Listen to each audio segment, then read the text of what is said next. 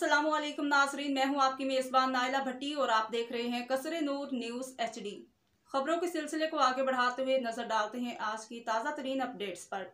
खबरों का रुख करते हैं दौलतनगर के इलाके ख्वासपुर की तरफ। हमारे ब्यूरो चीफ कासिम गुज्जर की रिपोर्ट के मुताबिक नौजवान शख्सियात वहीद अख्तर भट्टी, उमर अख्तर भट्टी, फ़रख अख्तर भट्टी के वालिद मोहतरम ख्वासपुर की समाजी शख्सियत साबिक councillor union council Khawaspur Akhtar Mehdi Bhatti की नमाज जनाजा आबाई कब्रस्तान में अदा कर दी गई।